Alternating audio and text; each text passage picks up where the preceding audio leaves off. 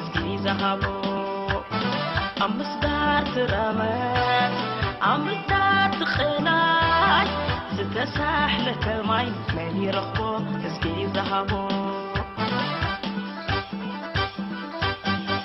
زرقو زرقو أنت خي أترو Hello, and thank you for joining us to watch the Appetizer talk show under our channel ImagEnatioN. My name is Dr. Bini Zarai. And my name is Agahabte. Today, we are excited to present to you an interview conducted by our college students with a recent graduate. The interviewee is a medical school graduate, and the interviewer is a university student. We are very proud of the interviewee and the interviewer. I'm really excited, Sega. One of our mission is to have our young generation both as guest hosts as well as interviewees. Yes. As we said in our last episode, we will not rest until we pass the baton to them. Of course, Dr. Bini, one of our goals is to create platform for our new generation and re-energize their engagement with the larger Eritrean community.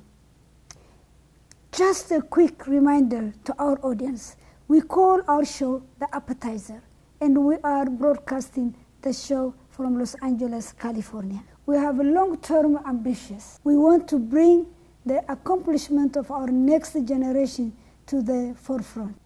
In addition, we want to engage at a grassroots level U.S. politicians, influential individuals, community leaders, and others in our effort to bring Eritrea and the United States of America. We also want to enhance through two-way engagements the relationship between our diaspora Eritrean community and the larger U.S. community. Thank you, Tsega. For today, we have two guests, a guest host and a guest interviewee. It is a pleasure to introduce our interviewee for today. As I indicated earlier, she's a recent medical graduate. Her name is Dr. Zebib Yemane. She will be interviewed by our vibrant college student, Meseret Mehzun. Meseret Mehzun is a junior at the University of San Francisco, majoring in communication studies and double minoring in entrepreneurship, innovation, and health studies. She is a National Medical Fellowship Scholarship recipient and on the Dean's Honor Roll. At the USF, she is the treasurer of the African Study Association and social outreach chair of the Ethiopian Eritrean Students Association. She is also former youth ambassador of the city of Los Angeles. Meseret is pursuing a career in health communication and public relations. Without further ado, Meseret, take it away. Thank you to my mother, Tsaiga Hapte, and thank you, Dr. Bini Zarai. This is an amazing show with such an amazing mission. Thank you so much for this opportunity. I'm excited to be a part of the Appetizer as guest host. What an honor. It's so important to showcase the young people in our community and inspire one another with our stories. Especially after the year we have had, it can be easy to feel disconnected. This show is giving us a chance to connect with people in our community and learn from one another. With that, we're so lucky to have an incredible young person here with us today, Dr. Zebib Yemane. Zebib Yemane was born and raised in Eritrea. She attended school in Asmara until 9th grade and continued her high school studies in Los Angeles. Her undergraduate degree is in psychobiology from UCLA, and she has recently received her medical degree from the University of Illinois College of Medicine. She will be continuing her residency training in internal medicine. She is an active member of the Eritrean community in Los Angeles, and we're so lucky to have her here with us today. Thank you, Dr. Zebib, for joining us and for being willing to be interviewed for the show. Thank you so much, Meseret. I really appreciate you taking the time to speak with me today. And thank you to Appetizer. Thank you to Dr. Bini and Mama Tsaga for inviting me here to share my experience. I appreciate it.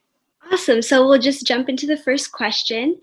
You graduated this year from the University of Illinois College of Medicine. Congratulations on this huge achievement. So let's start our conversation with this milestone in your life. Why medicine? And how was your experience dealing with being a medical student? Thank you for that question, and thank you for the congratulations. So to answer why medicine, several factors in different parts of my life kind of contributed to why I decided to do medicine. The first kind of moment, the first kind of event being when I was back in Eritrea. When I was a kid, this was years back. I remember we were having breakfast in the morning one day, and I heard a radio announcement in the Hafash announcing for patients that were waiting for a certain procedure to be done to come get the treatment because the foreign doctors were coming to Eritrea to do those procedures. And I think at that moment, it made me realize how long, these patients had to wait. And I only wished I could have the skill set to take care of my own people. And that's kind of like the beginning of it. And moving forward, I remember in school, especially the first time I learned about the heart and its physiology, I remember getting really excited and to learn and to know more. So, so that was kind of the beginnings for me. And once my family and I moved to the U.S., I saw health disparities among a certain patient population around me. And I think just taking or accompanying my parents to the doctor's office and seeing the interaction that they had with their doctor not go as well as I would want it. I felt like they didn't really connect with their physician well. I felt like the doctor didn't take time to explain or to listen to them or wait for them to ask questions. And seeing that kind of disconnect made me wish that I could be there to be a good doctor for my parents and patients like them. So that was another motivating factor for me to consider medicine. And the other thing being, I think from my personality, I like to be present when people are struggling or to help out. And I think medicine really gives you the skill set and the knowledge to really help people at their lowest point, which is when they're ill. That could be a scary experience, and to have the knowledge to help them navigate that process is very just is a blessing to have and to do. So those were my my main reasons why I pursued medicine, or why I'm pursuing it still. But yeah, thank you. My second question, this past year and a half has been very intense for all of us, but it's been especially challenging for healthcare workers. How has this pandemic impacted you and your understanding of your chosen profession? As medical students, we were not really allowed to be in the hospitals during the beginning of the COVID pandemic. Just, because to kind of reduce the spread, and also, hospitals did not have adequate PPEs for everybody. So, so we were kind of forced to do a lot of our learning virtually. And, being a third year or a fourth year medical student, you're always in the hospital.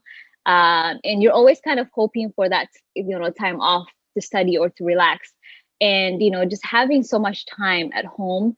At first you're like, oh, I can do so much. I can study, I can do all of this. But at the same time, you really get to miss the human aspect of medicine. That is, really interacting with the patients, learning from them and learning from your team in general. So that was the hard part, and really pointed out, what the important part of medicine or medical school was for me.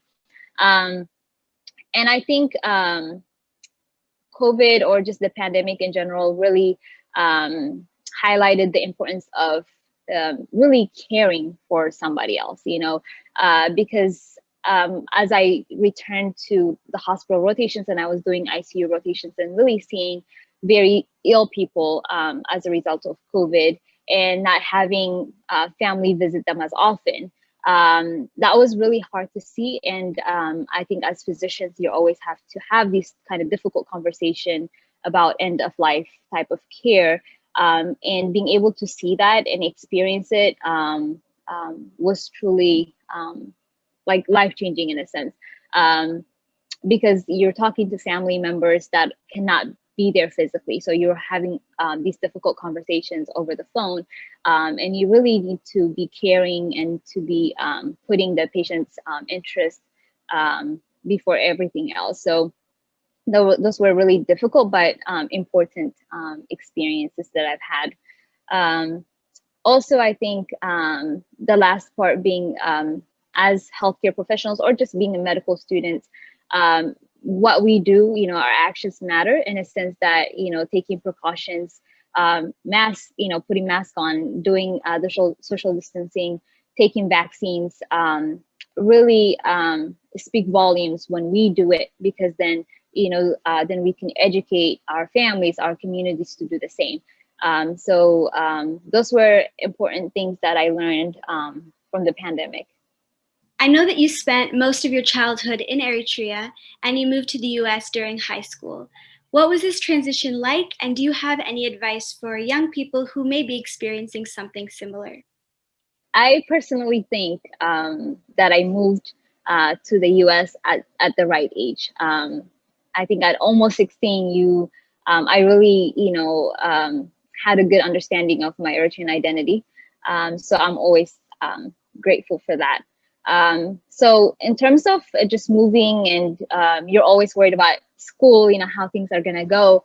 But school-wise, or just education-wise, the education that I received back home was equivalent and even more rigorous and competitive back in Eritrea. So it wasn't hard for me to get used to the school system here when speaking of high school. The only thing that was kind of strange to get used to was just how much English I was supposed to speak, or I was supposed to hear, because everywhere you go for the most part of your day in school, you're hearing English. So that was a bit strange at first. And also, I think another important thing is just the accent, how important it is to hear people and to be able to be understood by others. That was another thing too. And I was shy for a good amount of time because I didn't know how to say certain things the way that people say them. And so that was one challenge. But I was fortunate to have, extended family here in the US when my family and I moved. So we really had, I think, a safe space when we were home to be us, to feel like we were in Eritrea. I know we had Air TV all the time. Everybody spoke Tigrinya. We ate the same food. But also practice our English, practice the accent with my cousins that were born and raised in the US in such a non-judgmental kind of environment. So when I stepped out to school, I can, kind of use those accents and speak the way that everybody else around me kind of spoke. So the advice that I would give for youth that come to the US or, just come out of Eritrea would be just be confident and know that you have qualities and you have the right discipline to get you where you need to be, but be confident and you will be okay. You are a very active member of the Eritrean community here in Los Angeles, especially with the young people, and your Eritrean identity is very important to you. What makes you proud to be Eritrean? Thank you for that question, Meselet. I always wish I could do more with the LA community, with the youth here. And to answer your question, so what makes me really proud to be Eritrean is just how our culture, how our values is more community centered instead of kind of focusing on the individual. What I mean by that is you're always thinking of the well-being of your family, your community, your neighbors. And I was fortunate enough to have that experience firsthand back home and to really understand its importance in comparison to, what is basically the Western culture. The other thing that makes me very proud to be Eritrean is the unity that we have as people. And sometimes that, we can take that for granted, but especially during this time, we really have to understand its importance. Not only our unity, but the love that we have for our people, the love that we have for our country. It's very amazing. And I think we're always, no matter where we are, the thought process of, how I can contribute, how I can help back home. Um, that's also another important thing for me. And I think my generation is kind of, we are at a unique place in a sense that we are fortunate enough to be born in a time where Eritrea was independent. That's the the fortunate thing that we have, and we have Hedri, Hedrilina, to do more, and that's always something that I'm proud of, something that keeps me motivated. So thank you. So you've accomplished so much and you're highly motivated and ambitious. What are your biggest motivations? My biggest motivation is my family. Every step of the way, since I was a kid, uh, they are there for everything. I grew up in a family that really prioritized education, and that's similar to all Eritrean families, if I'm not mistaken. But I remember, I think growing up, Baba used to read with us when we were doing homework. So I kind of saw, my family do it too. Like beside that, we used to go to libraries together. He used to read to us like in English when we couldn't, and help us interpret it. And I remember when I was pretty young and I would want to wake up in the middle of the night to study for exam or anything like that. My dad would wake up in the middle of the night with me because I would be scared of the dark. So that's the level of motivation that I grew up with. And coming to the US, I think path to medicine was challenging, was definitely new to me. And the same thing with my family. So they were really patient and learned everything with me, and supported me along the way.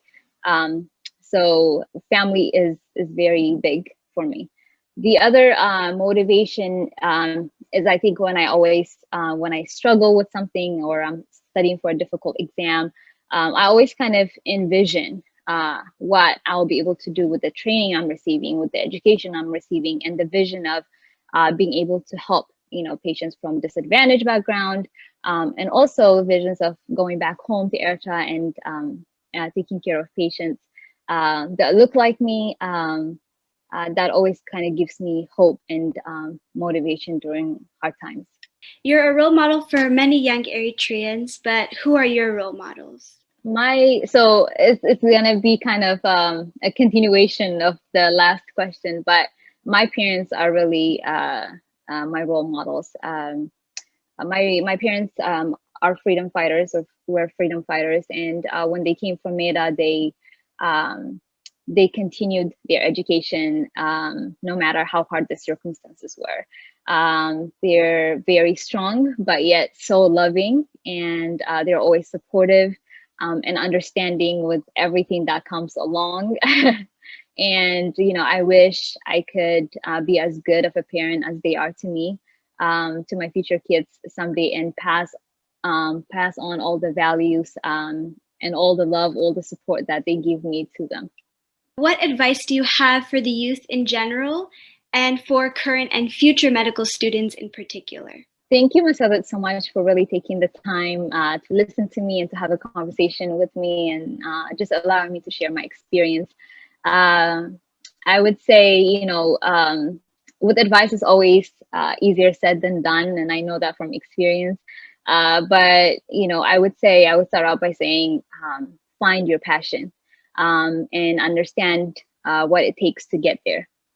And the way you could do that is find mentors, find people that are doing what you want to do, either on the way or that are already there. Find those people, use those people to really know the steps, and learn from the mistakes that they did, so you could do better. And I would say the other advice that I have is put in the work. Develop discipline. Find time for work, find time for your studies, find time to do fun things. So that way you're doing everything at the same time. I would say don't get discouraged if you don't pass a test, if you don't do well on a certain exam, because you can do it again. You can do it much better the second time around. And the other thing is, I think with our lives, like just being in the Western world and always kind of being busy with work, studies, we tend to forget the people in our lives. But the best advice that I've ever gotten from my mentor was don't forget, to call your friends, to call your family, because those people would get you through the hardest times of your life, and they will provide insight and encouragement when you couldn't do that for yourself. The last thing I would say is wherever you are in your path, it doesn't matter if you're the beginning or the middle or the end of it, bring someone along with you. Make time to provide advice, and bring somebody from your family, somebody from your community, somebody with you. Just make time to mentor others. So those are my advice. Thank you. Wow, thank you so much, Dr. Zebib, for sharing some of your story and for offering that wonderful advice. It's so important for us as a community to learn from one another and to connect in this way. I'm definitely walking away from this conversation inspired and with a new perspective, and I'm sure our audience is feeling the same way. Thank you again for taking the time to do this interview, and I'll send it back to you, Dr. Bini. Wow, this is great. Thank you, Dr. Zebib, and thank you, Maseret. Dr. Zebib, best of luck in your future endeavors. We are proud of you. We are also proud of you, Dr. Zebib's parents, veteran freedom fighters, Mr. Yemane Gebrselassie and Mrs. Mabrat Zerizgi. Indeed, wow. We just hit our first goal mentioned earlier, to engage and involve our new generation. Thank you, Dr. Zebib, for a job well done. Thank you, my daughter Maseret, for a great interview. As always, I'm so proud of you. That concludes today's appetizer. Once again, thank you, Dr. Zebib and Maseret. Our channel followers, thank you for watching. Please leave your comments below or email us at the address shown on the screen. Remember to like, share, and subscribe. We will be back on our next episode with a tasty treat. Thank you for watching.